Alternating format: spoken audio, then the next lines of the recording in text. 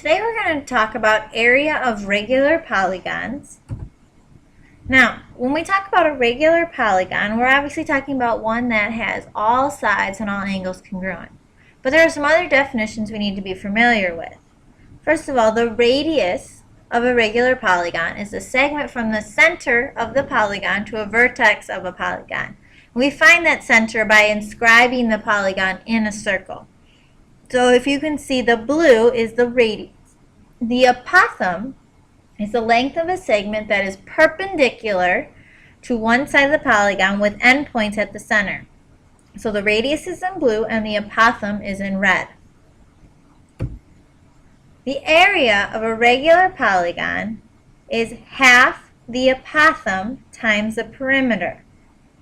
So if we look at our first diagram, we're going to have half of the apothem, which is 3, times our perimeter. Well, each side is 4. Because it's a regular polygon, we know they're all equal.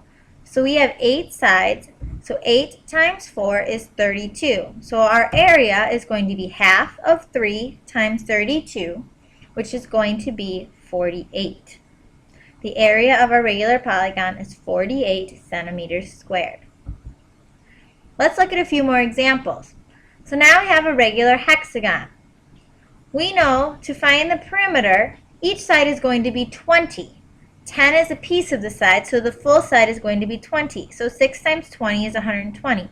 So we're going to take half of 9 times 120, which is 540. Our second one uses decimals. So our perimeter, now we have a pentagon, is going to be 7.5 times 5, or 37.5. So our area is going to be half of our apothem, 5.1, times 37.5, which is 95.625. Try and find the area of these two examples.